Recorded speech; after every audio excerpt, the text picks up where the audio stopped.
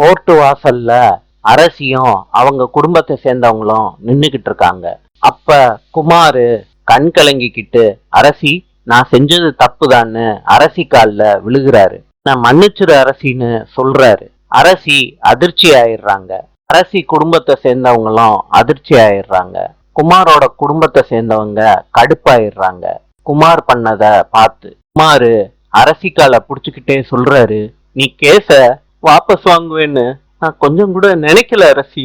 அரசியும் அவங்க குடும்பத்தை சேர்ந்தவங்களும் வீட்டுக்கு வந்துடுறாங்க.